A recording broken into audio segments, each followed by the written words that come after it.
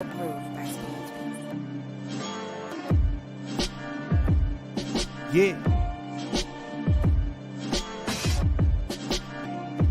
It's a big game. Who you know that got it behind the scenes like behind the O-line soon as the QB say hype? It's big game, big game.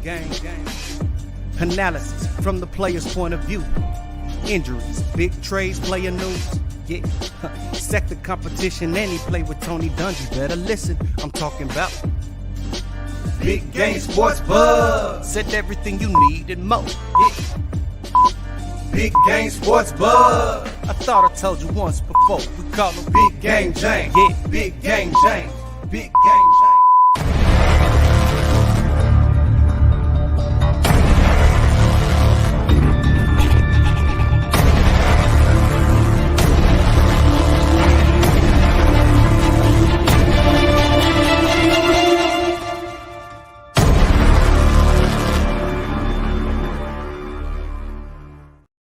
What's going on, everybody? You know what time it is.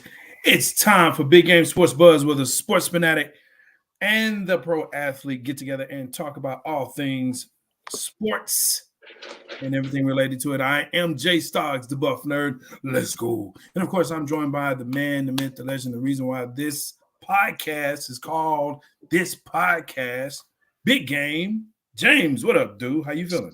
What's up, man? I'm a lot better than I was a couple of days ago. That's a damn show, bro. Yes, sir. Hey, man, look, for all those people out there, it is flu and cold season. Make sure that you are taking care of yourself. It's crazy out here. I heard it was like 30 degrees in Georgia last week. That's crazy. All right. Take care of yourself. Big Wallace, what's going on, man? Glad that you are already in the cast. It's going to be fun. You know, we're talking about your peoples down there. They're acting a little wild. But it's going to be fun. Make sure that you tune in to everything that we have going on. We're on wherever you listen to your favorite podcast platform. And, of course, we want you to like, share, and subscribe. We have a lot of great podcasts that are on here, from Man Cave on Mondays to we're gonna call it something different, but for now, Cowboys Cutting Up on Tuesdays. When we Thursdays, of course, Big Game Sports Buzz and Two Birds One Show. Right after, actually right between us. Hey, look, those guys in Philly, Cry Eagles Cry. It's fantastic. Go check them out, Craft Beer and Philly Sports. But right now, right here, it's time for the buzz. Man, I'm ready to get into it. A lot of great stuff tonight. 4 downs. Oh, hell no. Look, it's something else for you. Of course, who you got? Playoff edition, championship playoff edition, Between the Lines. And, of course, tonight, top 5 villains. Who's your top 5 villains of all time? It's going to be fun. You ready to get into this? It's gonna be interesting. Hey, wait till you hear what some of my villains, dog. I guarantee you will be tripping. I don't know, man. Let's go. 4 downs.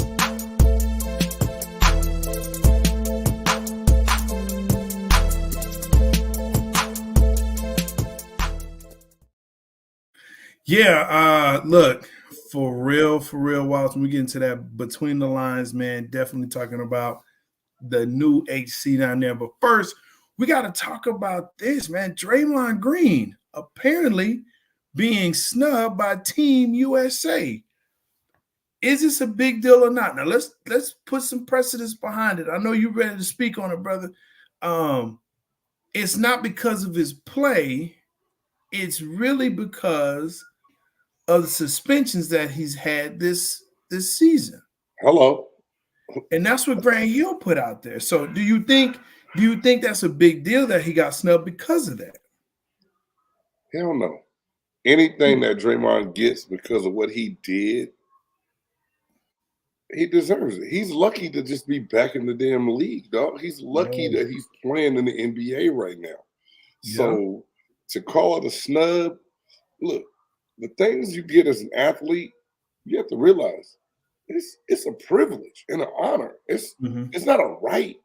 You don't just have the right to be named to a team. It's a privilege. And so if you go act the ass and don't do what you're supposed to do, Hey, some of the consequences, bro. Hey, man, I don't, man, please. I thought it was interesting, though, that Grant Hill, who's in charge of Team USA basketball operations and things like that, so basically he's like, look, he goes around and especially, Steve Kerr is the coach. So he was like, yeah, that's cool. Yeah, I mean, I get it, Wallace. It's not a big deal with the issues Draymond caused himself, but I mean, amen. Exactly. But he's won the gold medal twice, right? He's an emotional leader. Sometimes that's a good thing. Sometimes, it is proven to be a bad thing, as emotional as he is. But I thought it was interesting that this is considered a snub because he's not on the team and it's not based on his play. I mean, I haven't even had a chance to look and see the whole team and who was put on there. I mean, I think just the fact that he's not on it has been, the biggest. Again, the head coach of Team USA is his actual head coach. Who's like, nah, you can leave. All right, Jay. Okay, think about this. You my head coach. Yeah. You vouched for me millions of times. Right. And then just 3 weeks ago or 4 weeks ago, I slapped the shit out of somebody. You get a chance to go coach a prestigious team. Yeah. And it's like, hey man, you gonna bring your boy? Yeah, so hey, when we go down to the game and we get these other guys, you're gonna avoid that like the plague, dog. Man. You can't bring bad vibes with you when you go. Yeah. Places. So Steve Kerr, even though he's not on the selection committee, I'm sure he may have some say. He probably like, look, I love Dre. I want him to get help, but I got to distance myself from this shit and coach the guys that's able to come on this team and play and deserve to be here. Draymond doesn't deserve to be on that team, and clearly because it's his actions. We're not going to say he can't, his play doesn't deserve it, but you don't deserve that right. You haven't earned that right. It's like I tell the kids that at school all the time. I want to do this. You ain't earned that. What you mean earn it? Yeah, I'm not just giving you nothing. I'm not your mama and your daddy. I don't just give people shit. You gotta earn it. I hear you. All right. Okay. I see how you really feel. Let's move on then, because I don't want no bad blood, man. Hey, man, there's no bad blood. It's a good question, and it's one of those things that come up because so many times, and dude, let me be the first to tell you, from playing football from the age of 8 to 33, I have been given things before because of who I am and what I do. Right? It's like you get away with stuff. It's like, hey, don't do that again. I'm gonna look the other way. But my shit was mine. It wasn't punching somebody in the face, kicking somebody in the nuts, body slamming somebody else, punching a teammate.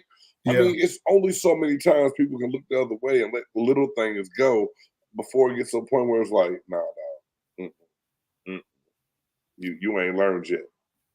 Yeah, true indeed. Hey man, let's go ahead and let's hop into this next one. So there's some questions going around right now that is the NFL rigged or the teams for Super Bowl LV3? Oh, Jay. Are you sick of seeing all these conspiracy things going on out there? Man? You're missing the opportunity. Look, if you look at the logo, it seems to favor certain colors of certain teams. Red and purple. Yeah, but the Buccaneers were red and they didn't make it. So I mean, they wear pewter. And red. Pewter, right? Red. Pewter red. It's not red, it's pewter. That's what you told me. Our primary colors are red and pewter. Why you don't think it's rigged? It looks a little rigged. All right. rigged. So what about the damn fake news headline things like Reba McEntire, Usher performing at the Ravens 49ers Super Bowl? I think so. Somebody typed that shit up and made it look like a news clip and put it out there. That's not real, bro. We say not a chance. Vikings are purple. Yes, they're purple, but so is Baltimore. Come on. But Vikings, Matt, come on, big dog. Vikings didn't even get in the dance for they didn't even get in the tournament. Look, and look, hats off to them trying. Even after Kirk Kane went down and Josh Dobbs figured out a way to win, a game and a half, and then they sat him down, bro. Vikings were over. They were really, really over. But I don't know. There might be something to this, man. It seems a bit too cliche-ish, and especially that it's Vegas. Like those colors don't give me Vegas feel. Now you're from that. You're from Nevada. You played in Nevada. You're from the West Coast, right? You tell me, big game, the purple and red, is that? Man, Sin City can be any color you want it to be. I don't think the NFL comes up with the color scheme to try to give the vibes of that town that they're in. I don't think that's how they come up with that. The one dude who released that thing on TikTok, a while back, this whole theory, he went back to all the other Super Bowls and all the other colors. And it was funny. But like to me, when he said, "Oh yeah, with the Bengals and the Rams, if you look right here, this color's for this and this color," man, that shit was a stretch. It wasn't clearly no orange. It just clearly blue and yellow. Like they stretched and made a good story. And then that's the thing, man. They say one of the top viewed topics on YouTube is conspiracy theories. Yeah. So I think it's just always cool and fun to see some crazy stuff and go, "Ooh, what if?" Like my mom and I will argue all the time and get into it because it's fixed. It's fixed. I said, "You know how hard I worked?" I said, "You think me getting my ACL torn is fixed? You think me getting this done is fixed?" Like I'm like mad. Like I ain't fixed. But then other people like, "Well, it doesn't have to be you. It could be the referees. It could be other things. Players can play and they can just make it happen the way they want it to happen." And it make you want to fight people, man, because I know the blood, sweat, and tears that players put into having an outcome. Because, like, the opportunities you have are few and far between to get to the pinnacle, which is a Super Bowl, and to win it. Yeah. But at the same time, I don't know what happens when it's not a Michael Trump, right? So I can't say, man, it's full of it. Ain't no damn conspiracy. If Detroit lose this weekend and Kansas City lose this weekend, would you think? But I'm gonna move off of this. It would take over $1 billion to pay a team to throw it. It's not like back in the day when owners owned the player. I wouldn't say that because, as we have heard in Carolina, with certain coaches, they were like, "Hey, you shouldn't win this game. You really shouldn't win this game so we can get a pick." Right? We've seen it. Look, we've seen it in Dallas. In the NBA, they purposely lost games so they could get better chances at a pick, even though it's a lottery. So it happens. It happens. Bruh. It's gonna be interesting to see, dog. Like it's a great conversation. I love it. It is. I love even hearing my athletes at school talk, "Oh yeah, the conspiracy." I just crack up laughing. I'm like, these fools, they got to get on TikTok, man. TikTok got everybody thinking that the game is tainted. There you go. And we're gonna talk about that and who you got, from there. But look, let's go to this third one because I'm really interested to see what you wanted to say about this, or what you got to say about this. So apparently, Doc Rivers is back in the league as a coach. How you say? Well, some would say that this kind of mirrors something that happened here in Dallas several years ago, where Coach Clapp, also known as Jason Garrett, circumcised and whatever you want to call it, moved up and got Wade Phillips bumped out of there. Doc Rivers takes over for Griffin down up in Milwaukee. But the funny part is that Doc Rivers was his advisor. But Doc Rivers didn't get this. Man, look, this is some. Talk about conspiracy. It ain't even conspiracy.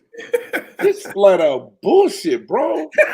Like, how the hell you fire a dude that's like with 26-10 or whatever it is? We got a winning record. They were second in the league. They were 30-13. 30-13. Second in the conference. Second in the East, third in the NBA. Yeah. And it's just like, our defense is shaky. We're going to fire you. Have you seen the scores of all these other teams in the league? Oh, it's inflated, man. No one plays defense. It's inflated. It's inflated. And then it's like, it's no harm. Look, and no knock to Doc Rivers, bro. But let's really break this down. Besides Boston, what the hell has Doc Rivers won, Jay? Nothing. Besides the one title in Boston. Yes. He's blown what, 3 game 7s? Yes. He can't get over the hump. He got his ass ran out of LA. Yep. And there's reports that are saying that the players are the ones that really came out and said, yeah, we've lost faith in him. Like, he lost the locker room. Yet there's also reports coming out that they're saying that they were shocked that Griffin was let go.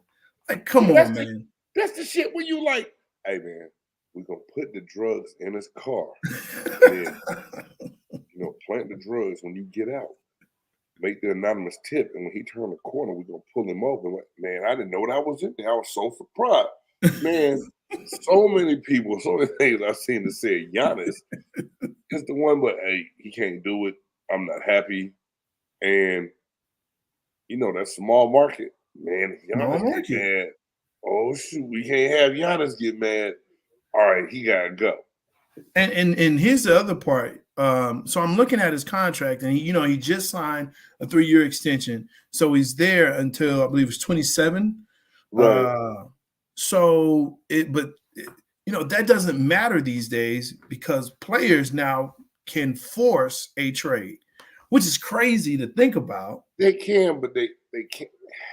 Yeah. They can force the trade. I'm not going to play. My leg hurts or, whatever. I'm okay. Yeah, I don't get, the accolades, but I just want out of here. You have a guaranteed contract, so you're going to get paid unless you're Zion. And then, you say, he might make that way in and get his bread. That's funny, pun intended. I saw what you did there. Yes. But yeah, it's this is one of those things where I think the Bucks did this wrong. Now, it's not to say that they probably didn't need a change, but the way they went about it. Okay, but my thing is you panicking. Doc Rivers ain't never been known for just coaching a great defensive team. And look at what he had in Boston when they did with this. My thing. It's no knock to Doc, but you look back to what he's done. Yeah. He hadn't won shit since Boston, dog. Yeah. So how even before then, though? Because remember, he was with the Clips, and he had a great team in LA and couldn't win it there. And win. Right? He was in Philly, couldn't win it there. I mean, it's what it is. Can we blame the franchise? He did. But can we blame Budenholzer? I mean, can we blame the Milwaukee Bucks? I mean, there's some. Like Budenholzer, did he resign or retire? Is that how the job came over? Or did they fire him? No, he was fired. And he just won a championship 2 years ago. Yes, he won a championship and they fired him. And see, it's bullshit to me, man, because Adrian Griffin interviewed 14 times before he got this job. Yeah.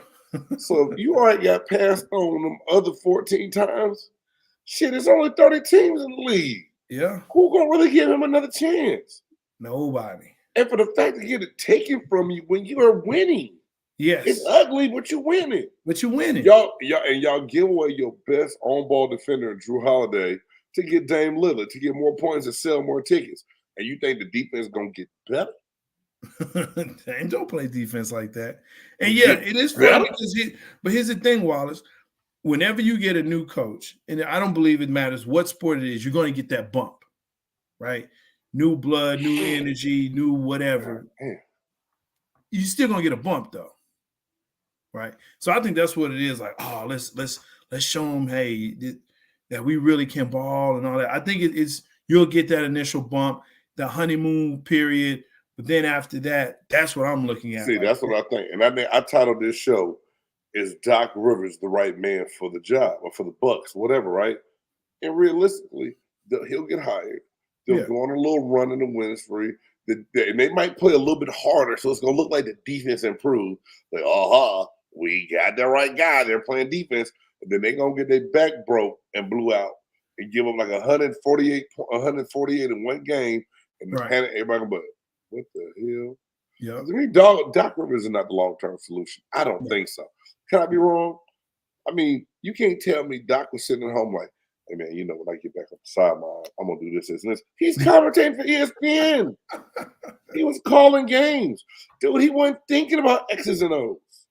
No, not at all. And yeah, they did when he won the chip with Bud Budenholzer, when he won the championship next year. See you later. Bye-bye. Man, let's get to this fourth down because, like I said, we got a lot of cash to get to in this hour. I'm just gonna put the question out, and then I'm gonna put it right there. Can we consider Jared Allen to be an elite quarterback at this point? Josh Allen. Sorry, Josh Allen, because Jared Allen plays defense or played defense. Josh Allen. You wrote the cap. Can we consider him an elite quarterback? An elite quarterback. What's the better question? Elite quarterback has the window of opportunity for him to win a Super Bowl pass.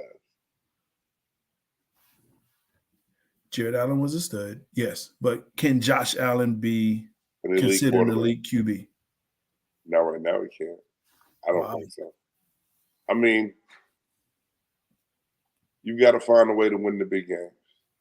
And now everyone expected them to beat Kansas City at home because Kansas City's supposed to be down. Yeah. But you still look at how bad this team was and got hot late, and they beat a depleted Miami Dolphins team that was just beat the crap. They beat somebody else that was just beat the crap to get themselves back in the situation to even get in the playoffs and be able to get that home game, right? Yeah. So, and I'm going to say this. Go ahead. And I'm going to say this, and I know what you're going to say about it. The fact that they beat the Cowboys as badly as they did, I think also it's a win, and a win is a win, but that was a big bump, I think, for the team as well to say, look, this is a legit team. This is not a down team. This is a legit team. But we realized the Cowboys have no defense once we saw what Green Bay did to them. So true. Hindsight is 2020. At the time it seemed big. Now we realize it wasn't that. It wasn't as big because the formula was out there and they ran it to perfection. And here's the other thing too. If they don't miss the kick, if the kick is not missed, and they win in overtime, would this conversation be different? Yes, the narrative would be different. Well, it wouldn't happen until they got to the championship game and maybe lost to Baltimore or something else happens. Yes, I think the narrative is different, Jay. But it's not. It's not because it's the same old Buffalo losing again. Yeah, Watts, I think they're going to put him as an elite quarterback when you look at the rest of the league. And I think that's important for it to be said. You got to look at the rest of the league. A great point. To say, okay, who's better than him, or who is he better than? Let's say it like that. Who is he better than? And when you look at the rest of the league, you're like, there's a lot of people that he's better than. So, because as some stars emerge, some stars decline, and new stars come in, they have to find that way to sell the tickets to the games to the younger people. So Sure. they all, and like I said, and they always sell the game through the quarterback position. Yeah. That's just how it's done. That's how the league does it. They market the league through the quarterbacks. So Now they do, yes. The more quarterbacks that they have that's relevant, the better it is for their marketing scheme. So they want Josh Allen to be an elite quarterback. I just don't think he is right now. I've been fooled. I've said, "Oh yeah, Josh gonna be the man. He gonna be a beast." And also, I'm like, and so Matt, here we go. Top 3 QB, right? So that means there's 2 other QBs that's better than him, which means that he's better than 28 other quarterbacks in the league. That's what you're saying, Matt. There are 28 other quarterbacks that he's better than. Yeah, sure. Wide receiver let him down. Diggs drop. Hey, I get that. you take Josh Allen over Lamar? I wouldn't. Ooh. I wouldn't. Josh ain't no dog. Lamar's a dog.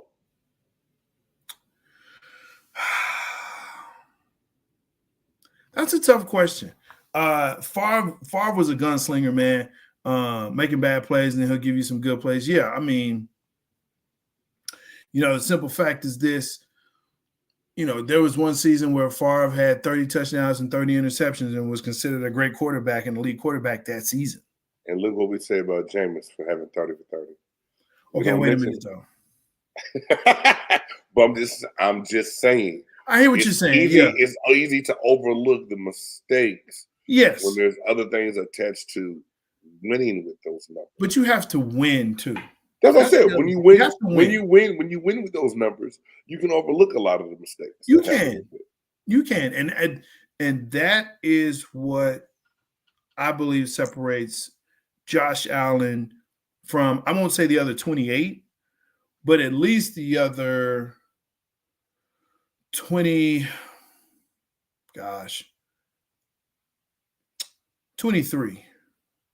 I would definitely put him in the top 10. He's there, top 7, even push the top 5. Is Dak better than Josh Allen?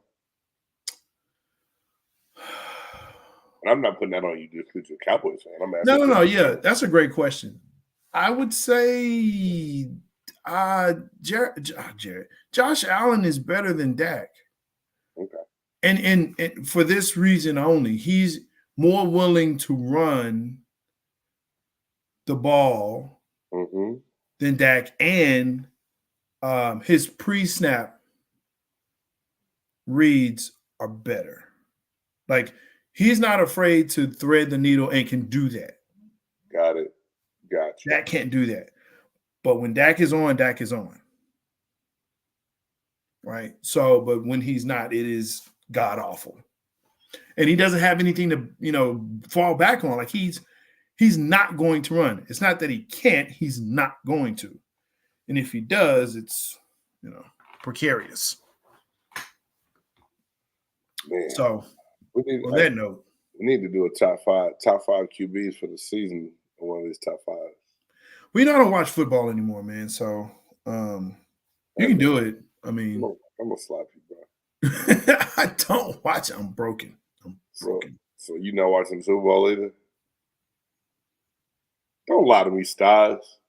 Say, man, I got some Lego sets to get to. I got some, I'm gonna go take a walk. When it kind of warms up, it's supposed to be, nice. But I'm watching basketball. I've been watching basketball. Man, bye.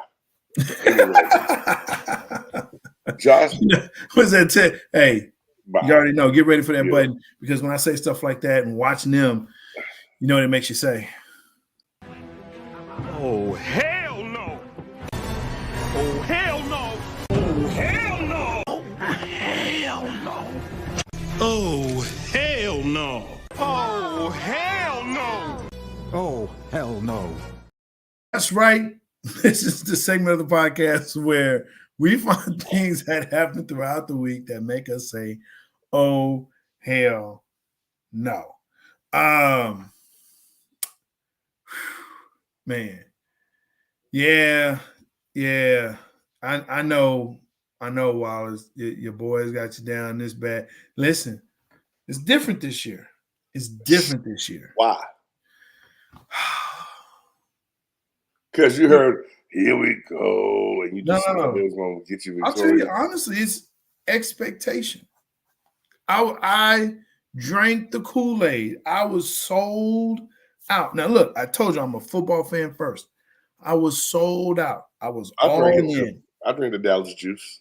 I did. And you know what? It was how they lost. That's really what it is. It's how. Like, when you get throttled like that in the first half and you don't start to come back until the last quarter and you still lose by 16, bro, that does something to your soul. I mean, we're not going to get in we're not. It's oh hell no. I wish that definitely can be. Yeah, that could be an oh hell no for weeks and weeks. My oh hell no does relate to the Cowboys now that, since you spoke on them. If you are the parent or the sibling, oh my gosh, of a professional athlete, hold on. If you do not put on the pads and equipment, if you do not go make the plays, you need not take to Twitter and talk smack about your team's quarterback. CeeDee Lamb's mama came out and had some shit to say about Dak Prescott. That was horrible to an extent where you act like your son ain't never dropped the ball. Then Dak Prescott's brother came on there saying that if he could just take his brother out of Dallas, he would. And then Michael Parsons' brother came on and said something about that. It's ridiculous. And then the worst part about it is no one's came to Dak's defense. But, hey, man, it's our quarterback. It's not on him. Let's move it along. Michael Parsons came on and said, hey, the opinions of my brother are his and his only. I had nothing to do with that. But, yeah, Michael, you bitched and moaned and cried enough to where your brother feels like he has the right to do the same thing as well. So to all those family members of those other people that had the nerve to say what they said, oh, hell no to y'all.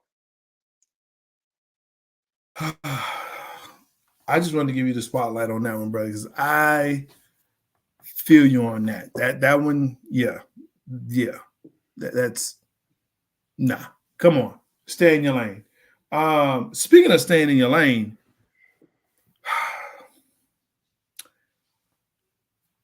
I love college sports. Okay, I do, but there's a time and place for everything.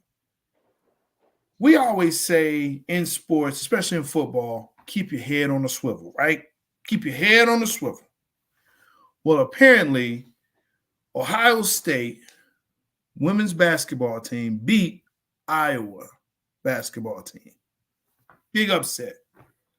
As Caitlin Clark is getting off of the basketball court, she's actually on the basketball court, this big mama jamma who should be playing for Ohio State, female, runs into Caitlin Clark, knocks the wind out of her, down to the ground, looks back and is like, whoa. Anyway, like, bro, what are we doing here? Listen, storm the if you want to, just go ahead. If you want to storm the court, cool. It's dangerous, man. It's dangerous. Like, and then the real oh hell no is the security. But if you see the girl, you're like, you know what? I'm not finna get in front of that because she's running full steam ahead. They need to put her on the team. I'm telling you. Go back, look for Caitlin Clark getting smashed after the game for Ohio State. I gotta pull that up. I ain't seen that one, dude. Oh my gosh. I mean, and then the post, it was like the AD from Ohio State had to come and apologize to her. The coach came and apologized to her. Jay, have you seen? You said it. You've seen them people in them yellow jackets. Some people don't need to be working. It's just because they have some security in enough to make the rent or the mortgage. So they out there at the arena hoping nothing go wrong. And you know them people that do the event staff stuff. They probably who we playing tonight? Yeah. I hope they blow us out. If not, they're gonna storm this goddamn court. Yeah. And it happened. But it happened.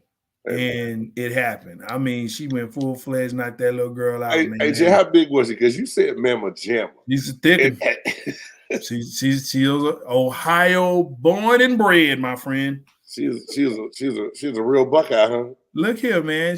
I'm telling you, they had some issues running the ball and stopping the run. They need to sign old girl. They need to. See, with my chest congestion going on, I can't laugh how I want to. Man, when you see it, but no, when you see it, bro. You said I actually have another one too, man. You said, hey, she was a big She's a thicker. Listen. Dr. No. Did you see? This is my second one, man. I'll make it real quick. Luka decides to throw a fan out of the game because apparently what Tim McMahon had put out was that the fan said to him, hey, Luka, you suck. You need to get on a treadmill because you get your fat ass on a treadmill. So Luka got in his feeling for being chunky, but so Luka got a little upset while he's on the court. Says, hey, security, that one right there, throw him out. After the game, Tim McMahon says, hey, and he tweets this out, right? Tim McMahon tweets out what the guy said. He's like, yeah, I knew you was going to say something because you never have anything good to say about me. So I knew you were going to say something what you tweeted about. The whole situation is trash. It's not right. It's not true. It's like, okay, but that's what he said. Well, he had been saying stuff all game. It's like, well, what did he say? I knew you was going to say something about it. It's like, well, what did he say? What did he say? And so, my man, Big Perk, and let me tell you something. I love Big Perk. He was like, yo, dude, you soft. You have one job, and that is to play the game. They came in there, sat at your table, ate your nachos, played your video game, bought some more nachos, and used your credit card. Like, yo. Damn, I was the buzzword. Damn. Play the game, Luka. I love you. Play the game. So in a nutshell, you telling me Luka Doncic got in his feelings because somebody called him fat and he got him kicked out the game? Yes. I almost want to play the old Hell Nah intro again. That's what it is. Go look it up. There's some good stuff on there. Hey, it's time to go ahead and pick who you got.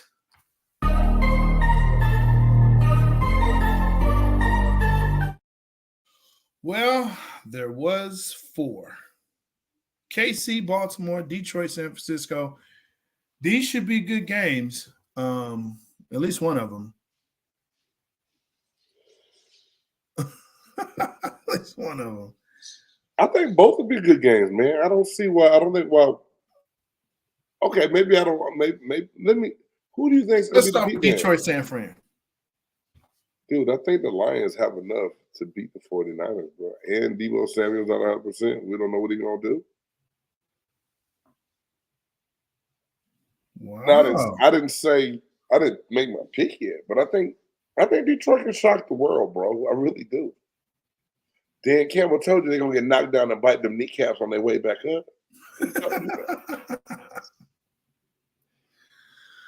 Let me ask you a question. Is Dan Campbell the type of coach you would love to play for? No. No, I mean, that's fair. I cool. just wonder why. Okay, why would you say that? Well, because I mean, I played my whole career for one person. The way he is, yeah, I like the way he approached it. I played for a browbeater in college, right? So when I got to the NFL, it was a breath of freshness. Like, now, my position coach was a jackass. I say that not like didn't know what he was talking about. Sure. As far as like get the most out of you, browbeat you at times when they need to, whatever. Yeah. Like Dungy was just chill, right? So that was the kind of person I think I needed. He helped me grow as a player and as a person. I looked at the game a different way. I think Dan Campbell is right for certain people because some people need to know that their coach has their back. Like any of those second chance guys, they're going to go to war for Dan Campbell. Now, say Dan Campbell was my coach and I was on like a third team. Yeah. Hell yeah, I need that. I need that in my life. Yeah. I need that gritty get back. I got your back when other people thought that you couldn't do it. I told you got this. Right. Yeah. Okay. Yeah. That's what I mean, and what's crazy about Dan Campbell and Jared Goff is Dan Campbell's like, I didn't want Jared Goff. I was like, I really didn't. I didn't want Jared Goff. He said, but after I think it was a loss or something, he went in and Jared Goff was like, let's go. You know, he was right there ready to do it. He's like, okay, this is my guy. This is my guy. You know, and I think it was more of the determination and grit. He's a blue collar type of guy, right? So he wants those types, and he thought that Jared Goff was not that type. So Detroit San Fran, I want it to be a good game. I think San Francisco, at the end of the day, will win it. But I think it'll be close. I think it will be close. If they get to, I'll say it like this, if they get to Brock Purdy and make him look pedestrian like a second-year player, yeah, they're going to the ball. Did you see the blitzes that Aaron Glenn drew up against the Tampa Bay Buccaneers? Mm-hmm. And because realistically, Tampa didn't play horrible. I'm not trying to, sneak my shine in for my team. But to what they were able to do and the adjustments they were able to make. And did you see how Green Bay was running the ball on San Fran for a big part of the game against that defensive line that we thought was so dominant? They got two of them in Detroit. And Penei Sewell on the offensive line is the best lineman on the field. Well, some of us say Trent Williams. Trent Williams is a brilliant, but he's damn good. But he's a you got a damn good offensive line. And they are banged up at the center position. He got hurt. Guard got hurt. But if they can run the ball and then let Jared Goff incorporate that play action pass, San Francisco's gonna be in trouble. They're gonna be in trouble. They was in trouble last week, and they blamed that shit on the rain. They were. I mean, they really were. This may have been, a very different. Can I make my pick tomorrow? I'll let you know. What? Can I make my pick tomorrow? No. All right, man. I'm gonna pick San Fran just because all the conspiracy theories and the color, the logo. There you go.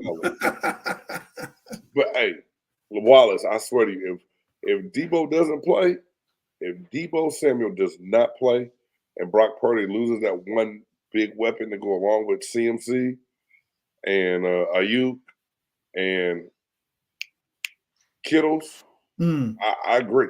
Detroit, if Debo doesn't play, Detroit wins.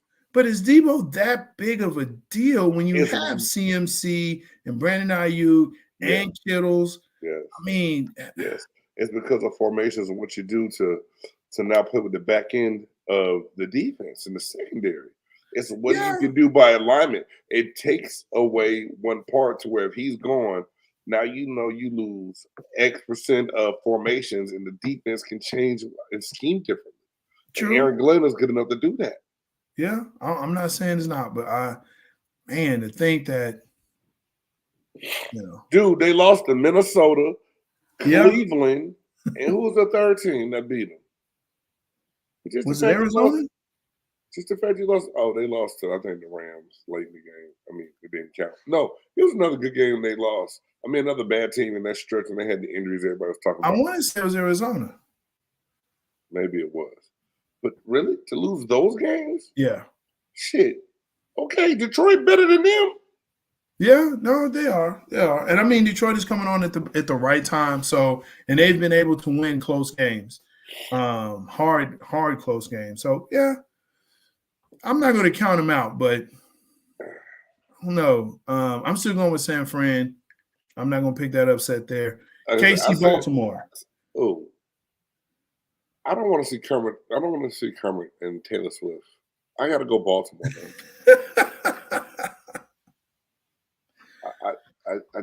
I can't unsee that swag surfing in the box, bro. The offbeat swag surfing has scarred me for life. Say, man, I don't want to see. I don't want to see his brother with no shirt on, hanging out, the window anymore. Like, he should have been escorted out of the stadium for that. He's in the press box. I mean, he's in the suite. You take your shirt off in the suite. If I take my shirt off and I lean over the guardrail, you know what happens to me? I get escorted out. Do you though? I do. You get escorted out because it's a safety hazard. Because the stadium is not liable if that fool falls. And he would also be in the "Oh Hell No" segment. So there's that. All right, man. Hey, but I want to see Baltimore win too. I think I want Lamar to get in one, man. I really do. Mahomes, you got a couple. You'll be back. You young on the receiving core. I think Baltimore, honestly, at home is going to be hard to beat. Yeah. I take the Ravens. Yeah, and I think that defense is a lot better than Buffalo's. Oh yeah, man. Buffalo's out there playing. They got dudes off the couch to come play in that game. Yeah, yeah. Klein, the linebacker said he was getting ready to go on a field trip with his daughter. When they called him, like, "Hey man, you want to play this week? You need somebody." He was getting ready to go on a damn field trip with his daughter. You need to stop. I didn't make that shit. A real story. They was going on a little camping school trip, and he had to come. Wow. He had to come get run over by Pacheco. Man, hell of a way to get out of a trip. But yeah, I think B Moore is going to do it, which now brings us to our next segment, because I really want to talk about this since we're talking about Baltimore. Let's go between the lines.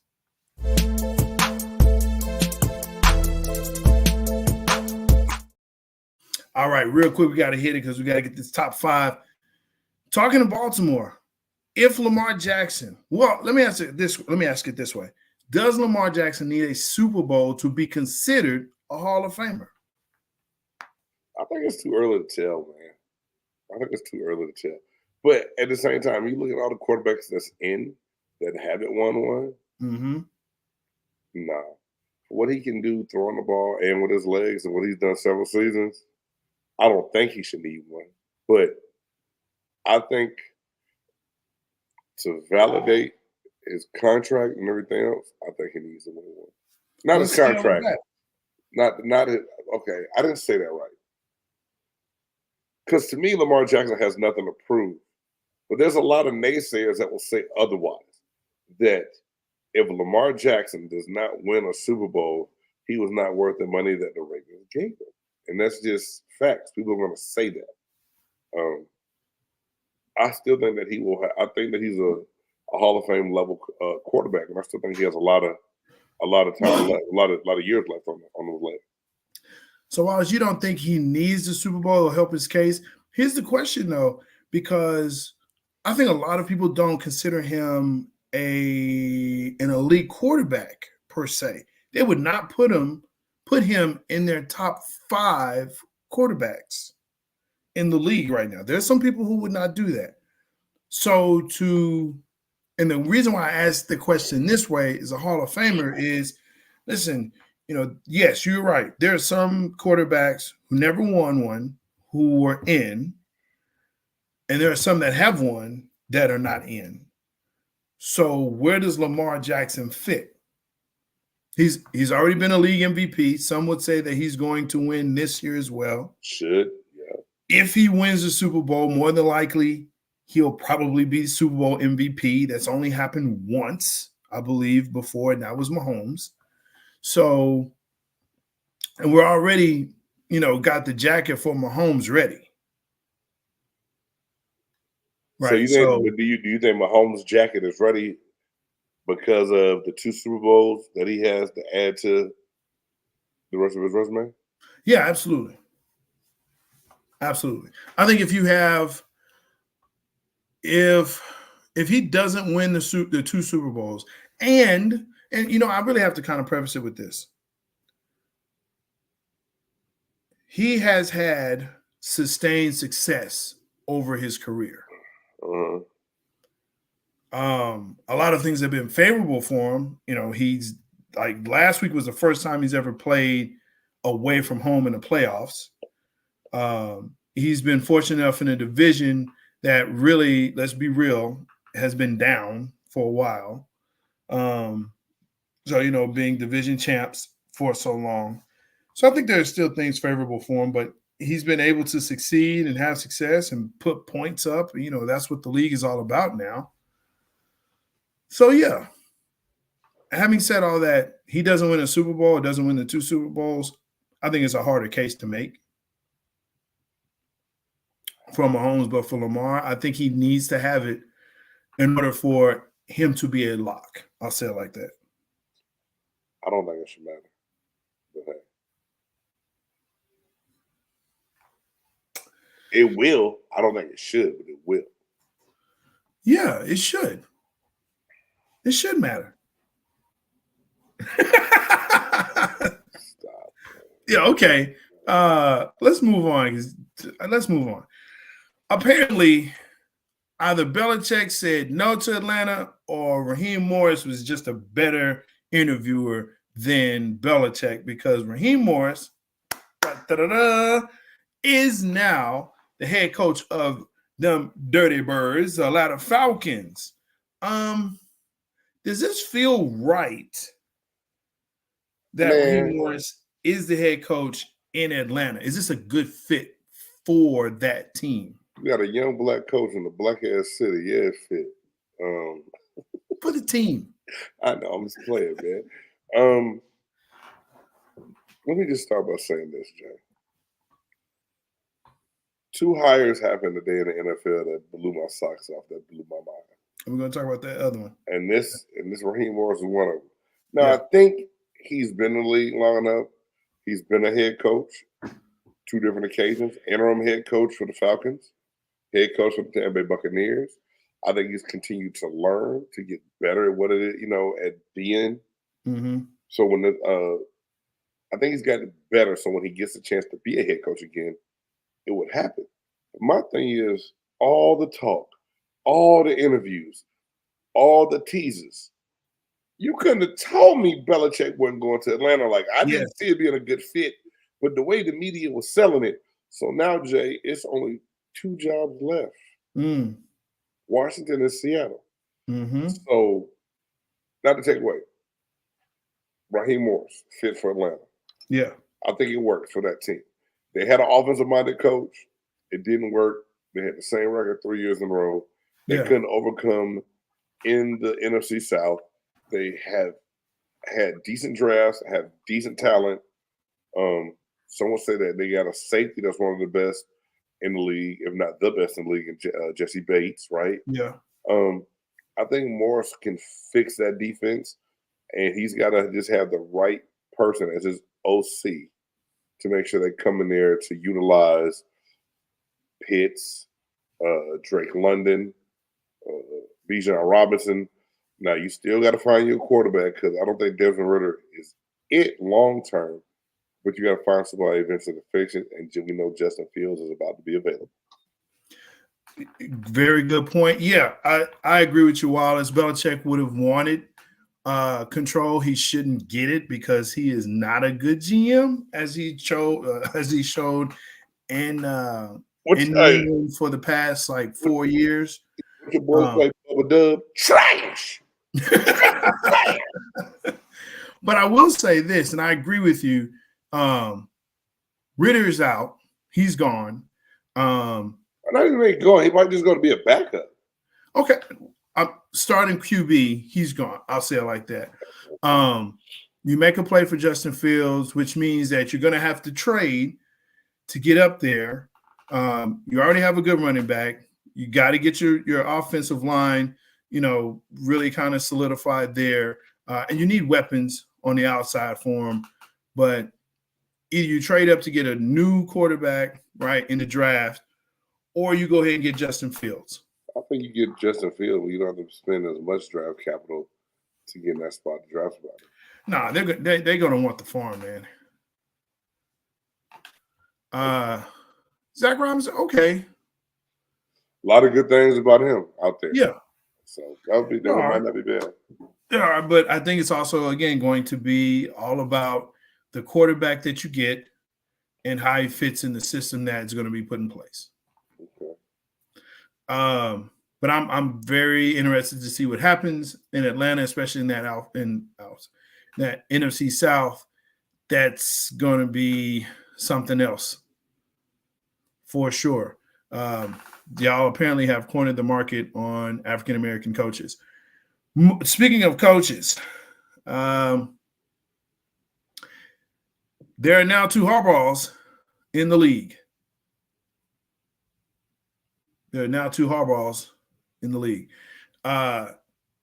Jim leaving Michigan, going out to LA to be the Bolts leader.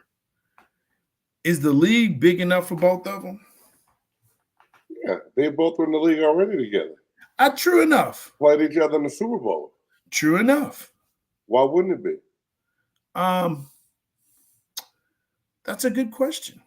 This doesn't surprise me at all. We talked about this on earlier shows. We knew he was about to leave Michigan to get away from the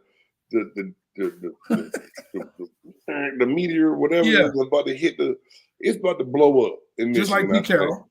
Yeah, and so just like having an SC, Pete Carroll was like, hey, I think I want to go back to the NFL. NFC, we stripped Reggie Bush of his Heisman. So she's gonna go down, right? So he left. No big deal. He's gone. Can he survive?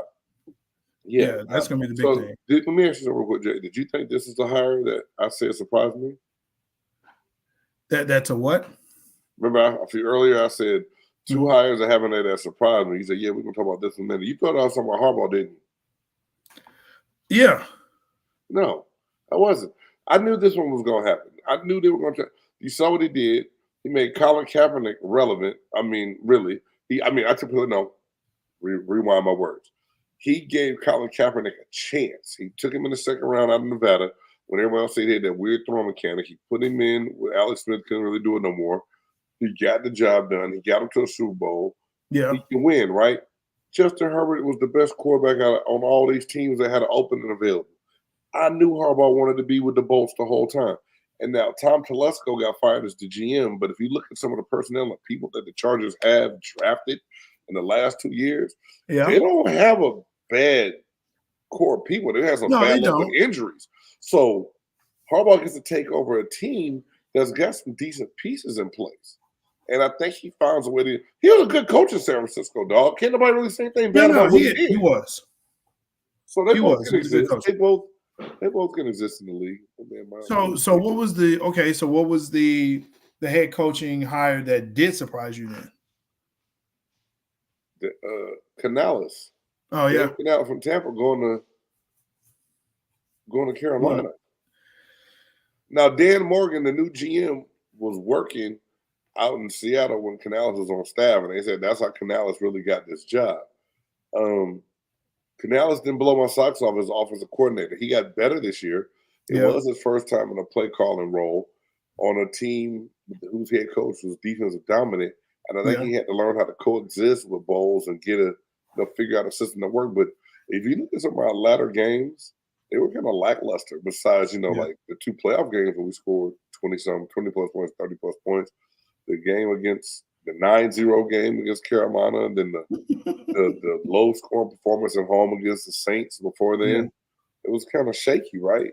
Yeah. He gets the job, and you got Mike Vrabel, Pete Carroll, and Belichick up there. Yeah, true. You go get Dave Canales. That's a dude. My inbox started blowing away. Big game. I know you're gonna talk about this later because it surprised the hell out of me. It surprised me too. I mean, we're gonna put that on Chop Shop because it needs the time that it needs. Yeah, but we got to go ahead and get into that top 5.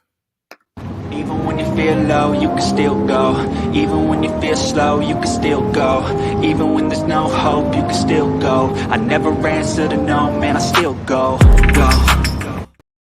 That's right. Some people have a top 100. Some have a top 50. Some have a top 25. Some punk out and have a top 10. But here at BGSB, Big Game Sports Buzz, we have a top 5. What's in, what's out, who's out. This week's top 5 is top 5 villains of all time. We're talking about TV shows and or movies. Oh, see. So no. Most of these are gonna be movies, though. I can tell you. I can pretty much tell you that. So, big game. Without further ado, go ahead, my man. Give me your top 5. All right, my bad. Boy, let me tell you this. I like my list. I'm gonna keep it quick. Ivan Drago, Rocky IV, the Third World War. Dude, I don't know. I didn't even understand the Cold War back when that movie came out, Jack. But it made me hate Russia. I don't know why. That movie, and he killed Apollo, and damn it, it was on from there. He killed Apollo Creed, right? Thanos snapped his fingers and shit just started turning to black dust. He was just awesome, man, because he was like a larger-than-life villain, and then you didn't think that he was going to be able to be defeated. This one here, Alonzo Harris, a.k.a. Lonzo, from Denzel Washington's character in Training Day. That's a good one. Dude, I'll have you making license plates in Pelican Bay. But everybody hated this fool. He was a cop who couldn't do nothing to him. Great villain. That's good stuff. My top 2, though, I think it'll probably be Universal, man. But this one here was creepy in so many different ways and clever in so many ways. The Joker. And I think it depends. In every Batman series, it's a little different. But these last couple of Jokers, man, just, dude. Yeah. Joker is. Okay, gotcha. And then Darth Vader. Luke, I am your father. Just that voice. Like, dude, that thing, Vader's hit generations, dog. You got generations of people like that hate Darth Vader. Darth Vader was the villain. That's it. Man, excellent list. Excellent list. My goodness. Thank you. Some of the ones that we had, look, Thanos, he's on my list as well for sure. I Am Inevitable. Come on, man. Let's go. Darth Vader, as you already know, is my dude. I kind of consider him a hero, but realistically he is a villain. Here's a little tidbit that the Buff Nerd can give you. He was only on screen in the first 3 movies for 14 minutes total. 14 minutes total in the runtime. You know you're a bad dude if all you get is 14 minutes in 3 movies, but you that bad. That's a bad man. That's a bad man. Hey, here's another one for you. Pinhead. That dude, hey, look. I thought you did scary movies, bro. Huh? I don't. That's why. Pinhead. I don't. That's why. Hey, Hellraiser. Wow. Whoa. Bro, that's a good one, dog. Pinhead's definitely it. Speaking of Freddy Krueger, listen, I watched it at Nightmares when you got Will Smith, Fresh Prince of Bel-Air, you know, when he's out there, you know, there's a nightmare on my street. Yeah, that'll do it. Hey, man, Freddy's funny. And for my last one, this is going to blow your mind, but I didn't like this actor because he played the hell out of this character so well when I was younger. His name is Albert, went by Mr. on The Color Purple. I knew it. I knew somebody.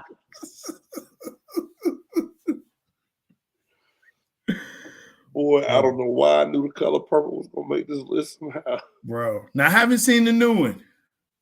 But I'm going to tell you what, Danny Glover, it took Lethal Weapon 2 before I was like, okay, he's just playing a character. Oh, shit. But Mister, nah, that dude was pure D evil. You tell Harpo to baby. Boy. It ain't good to cut a woman's hair. I'm telling you, bro, there's like lines in it. Ain't cold enough. That's the one for me. When he stuck his finger in there, it was like, ain't cold enough. Like, oh, okay.